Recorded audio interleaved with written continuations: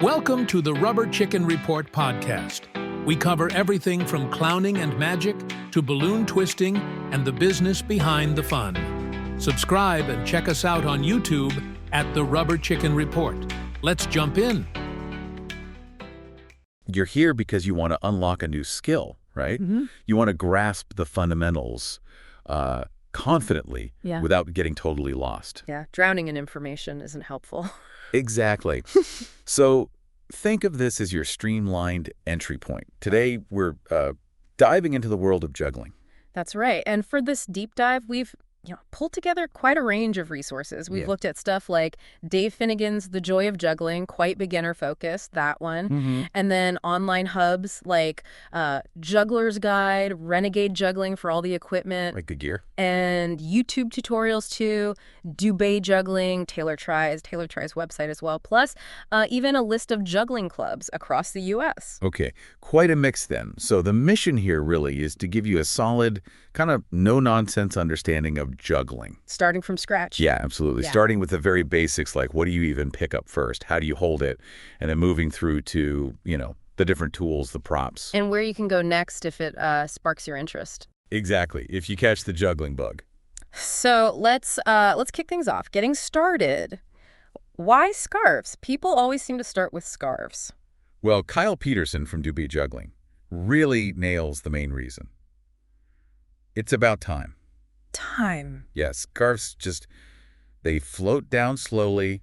It gives your brain, your hands, that little bit of extra time to process what's happening and, make adjustments. Okay. So it's more forgiving if you mess up. Totally. That extra hang time it's actually pretty crucial for just developing that feel, that sense of where your hands are and how things move in the air. Right, proprioception, getting a feel for it all. Exactly. And that foundation helps later with, with anything trickier. Interesting. And even with something as simple as a scarf, there's like a right way to hold it and throw it. It's not just chucking it up. Apparently not. Kyle recommends an overhand grip, and you kind of bunch the scarf up in your hand. Mm-hmm. He describes it like holding a tiny weightless ghost. A ghost, okay. Yeah. And the throw itself is more of a gentle flick, just the wrist. Not the whole arm. No. The idea is to get this upward and slightly outward motion. You want a nice smooth arc going from one hand across to the other. Gotcha. So gentle arcs, and once you've got the hang of one, what's next? Two. Yep, the two scarf X pattern. Now, this is where people apparently run into problems sometimes. Oh, yeah. How so? Well, the instinct might be to just use one hand, kind of circling it around.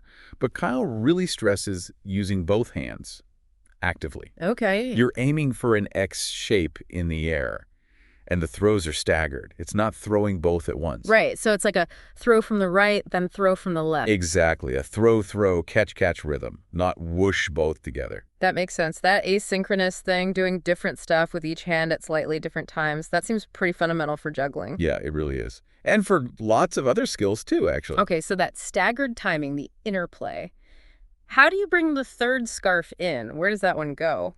So the grip changes a bit here. Kyle calls it the pincher grip. Pincher grip. Yeah, you'll have one scarf in each hand, like before.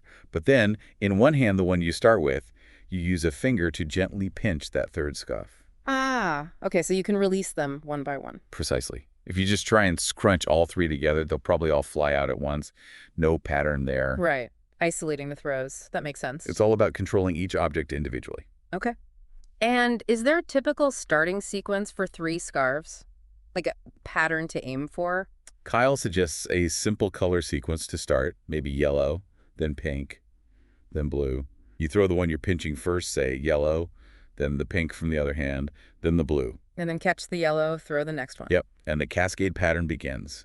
Yellow, pink, blue, catch yellow, throw pink, catch pink, throw blue, and so on. Okay, cool. So scarves are really about building that foundational feel, the timing. Exactly, getting the basic mechanics down. But when most people picture juggling, they picture balls. How do you make that jump? Right. Well, she stresses something really important mentally when you move to balls. What's that? You have to embrace the drop. Yes. Be okay with dropping them. Totally. Dropping is just inevitable. Yeah. Part of learning. You shouldn't see it as failure, but just, information. You get better in tiny steps. That's a great mindset shift. Reframes the whole thing, makes it less intimidating, maybe. Yeah, definitely. And what kind of balls are best to start with? Does it matter? Taylor thinks so. She strongly recommends bean bags for beginners. Not tennis balls? Nope. Too bouncy, apparently. Unpredictable. And hacky sacks. Too light. Too floppy, maybe. Okay, beanbags it is. Yeah. She suggests getting a decent, inexpensive beginner set. They have a better feel, less bounce, just more control when you're learning. Makes sense. And the pattern we're aiming for with 3 balls, the main one. That's the classic 3-ball cascade. Right? Taylor breaks it down as throwing a ball from one hand across to the other in an arc. Like the scarves, sort of. Yeah, similar principle. And just as that first ball starts coming down, you throw the next ball from the other hand under the first one's arc. So it's a continuous exchange. Right hand throws, then left hand throws. Exactly. Right to left, then left to right, continuously. She suggests picturing 2 points, kind of shoulder width apart, maybe a bit above your head. Aim for those spots. Okay. And that cascade, that's like the gateway pattern. Yeah, pretty much. Once you nail that, you can learn tons of variations. Showers, fountains, all sorts of different rhythms and movements. Cool. But before tackling 3, what about just getting used to throwing 1 or 2? Good point. Taylor has a step-by-step for that, too. First, just 1 ball. Just throwing and catching. Yep. Get comfortable, feel the weight, the arc, simple stuff. Then move to 2 balls. Using that same throwing technique, aiming for those spots. Exactly. Same aiming point. The tricky part with 2 is the timing. When to throw the second one. Right. You throw the second ball just as the first one is peaking and starting to come down towards your other hand. Okay. Not too early, not too late. Exactly. And Taylor mentions a couple of common problems people hit right here. Oh, yeah. Like what? Well, one big one is that second ball tends to shoot forwards, away from you. Yeah, I can imagine that happening. Her advice is to really focus on throwing up, not out.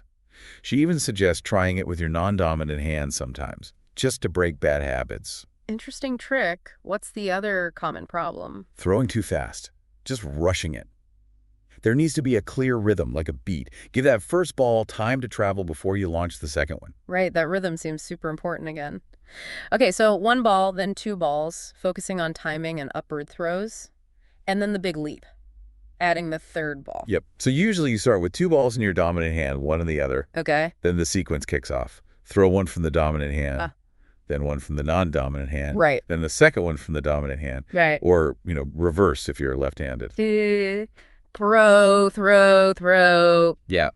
That first burst, just getting all 3 in the air, is often called the 3-ball flash. The flash. Okay. And what's a good goal for actually sustaining the pattern? Like, when can you say you can kind of do it? Taylor talks about qualifying the pattern.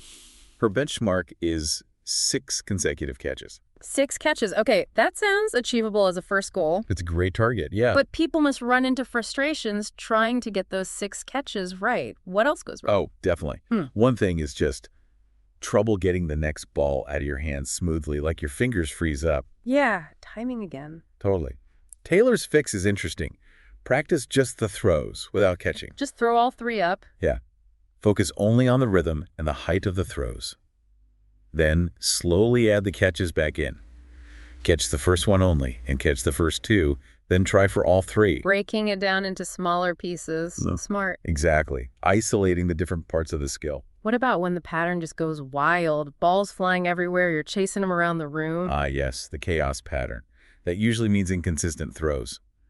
Taylor says focus on keeping your hands lower, letting gravity help more. Don't push the ball. Right. Avoid pushing forward or scooping too far back. Keep the throws smooth and vertical. She actually suggests practicing against a wall sometimes. Against a wall. Why? It physically stops you from throwing forward, forces you to throw upwards, helps internalize that feeling. Clever. And any tips for saving your back from bending over constantly? Yes. Juggle over a bed. Over a bed. Yeah. Reduces the effort of picking up drops. Game changer, apparently. That is actually genius. Okay, so those are great practical tips for getting through the beginner hurdles. Beyond the 3-ball cascade with beanbags, what's the wider world of juggling like, equipment-wise? Well, there's a sort of typical progression people often follow. Okay. You start with scarves, like we said, then beanbags for the basic ball patterns, then maybe move to proper juggling balls. Helicopter balls. Often rings, then clubs. It's worth pointing out, you see bowling pins in cartoons, but they aren't really standard juggling props in the same way. Right, okay. No bowling pins. And then, for the really advanced folks, you get into things like knives and torches. Obviously, major safety precautions there. Yeah, definitely not beginner stuff. Renegade Juggling site really shows the huge variety, though. Just looking at balls, what kinds did they list? Oh, it's amazing. They have different types of bean bags. Polyurethane, printed ones, leather, even specific teaching ones. Wow. Then there are Russian balls. They have a sort of dead feel because they're filled with sand or something. Bounce balls for routines using bounces. Stage balls, bright colors, different sizes. LED glow balls. For juggling in the dark? Cool. Yeah. Silex balls, which feel really smooth. And like you mentioned, even fireballs for the pros. The slight differences must really change how they feel and what you can do with them. Absolutely. Different weights, textures, how they hang in the air. Yeah. It allows for different styles. And it's not just balls. Rings and clubs have variety, too. Totally. Rings come flat, different sizes, or hollow, often used for passing between jugglers or for stage stuff. And then there are these isolation rings, or figure-8 rings, for visual illusions. Okay. And clubs. Clubs, too. Renegade has their own line. Then there are brands like Play Juggling, their PX3, and PX4 clubs are really popular, known for being durable. Henry's is another big name. And yeah, fire torches and LED clubs exist too. It seems like their catalog goes way beyond just balls, rings, and clubs, though. It really does. They list contact juggling balls, the ones people roll over their bodies. Yeah. Diablos. Oh, yeah, the spinning top on a string thing. Yep. Cigar boxes, juggling hats, spinning plates, spinning balls, flower sticks, devil sticks, kendama, yo-yos, even things like special soap bubbles and flare bartending gear. Flare bartending, okay. Yeah. And like we touched on, all the specialist stuff for fire juggling, like Kevlar wicks and fuel. Wow, it really shows how massive the world of juggling and object manipulation is. It's way more than just 3 red balls. So if someone's listening and feeling inspired to, actually try this or learn more, what resources are out there? Where can they look? Well, there's tons online now. Taylor Try's site, the Juggler's Guide, is packed with patterns and tutorials. And her YouTube channel. Huge. Millions of views on her lessons. Really clear instructions. Dubé Juggling's channel is another great one for visual learning. Okay, so lots online. What about learning in person? Connecting with other jugglers? Yeah, that's a big part of it for many people. Taylor Glenn really emphasizes juggling clubs. Local clubs. Exactly. They exist all over the place. It's a fantastic way to get direct feedback, hands-on help, and just learn from watching others. We saw a list with clubs in Arizona, California, Colorado. There's the Silica Belly jugglers right in Mountain View, for example. So finding a local group could be really beneficial, not just for tricks, but maybe the community aspect too. For sure. It's often a very social thing. Great way to see more advanced stuff too. Makes sense. And can you get more formal lessons from experts like Taylor Glenn? Yep. Her website mentions options. She has the free online tutorials, which are great to start, but she also offers private virtual lessons for one-on-one coaching. Ah, okay. Personalized help. Yeah, and even workshops or keynotes for events and things like that. Right. So lots of avenues for learning, from free online stuff to local clubs to paid coaching. Definitely. Okay, so bringing this all together, we've seen how starting with something slow, like scarves, helps build that initial feel. Yeah, getting the basic mechanics down before things get faster. Then moving to the 3-ball cascade, probably with bean bags. Remembering that mindset is key, embracing the drops. Absolutely. And focusing on technique, solving common problems like throwing forward or rushing the rhythm. And we've touched on the huge variety of equipment out there beyond just basic balls. There are rings, clubs, LED props, fire gear, tons of stuff. Yeah, it's a whole world. Plus, knowing there are loads of learning resources, whether it's YouTube, websites, or finding a local club. The main takeaway really seems to be what Taylor Glenn says. Just about anyone can learn to juggle. It takes practice, the right approach. Breaking it down and just sticking with it through the fumbles. Exactly. So if you're feeling intrigued, definitely check out those sites. The Juggler's Guide, Taylor Tries, Dubé Juggling, Renegade Juggling. And maybe search for a juggling club nearby. Give it a go. Seriously consider it. Which leads to a final thought. Now that you've maybe seen that juggling isn't some impossible magic trick, but a learnable skill. What other skills or hobbies that seem really complex or daunting from the outside might actually be more accessible than you think if you just find the right starting point, the right guidance, and, you're willing to pick things up when you drop them. That's it for this episode of the Rubber Chicken Report. Hit subscribe and catch us on YouTube for more adventures. Until next time.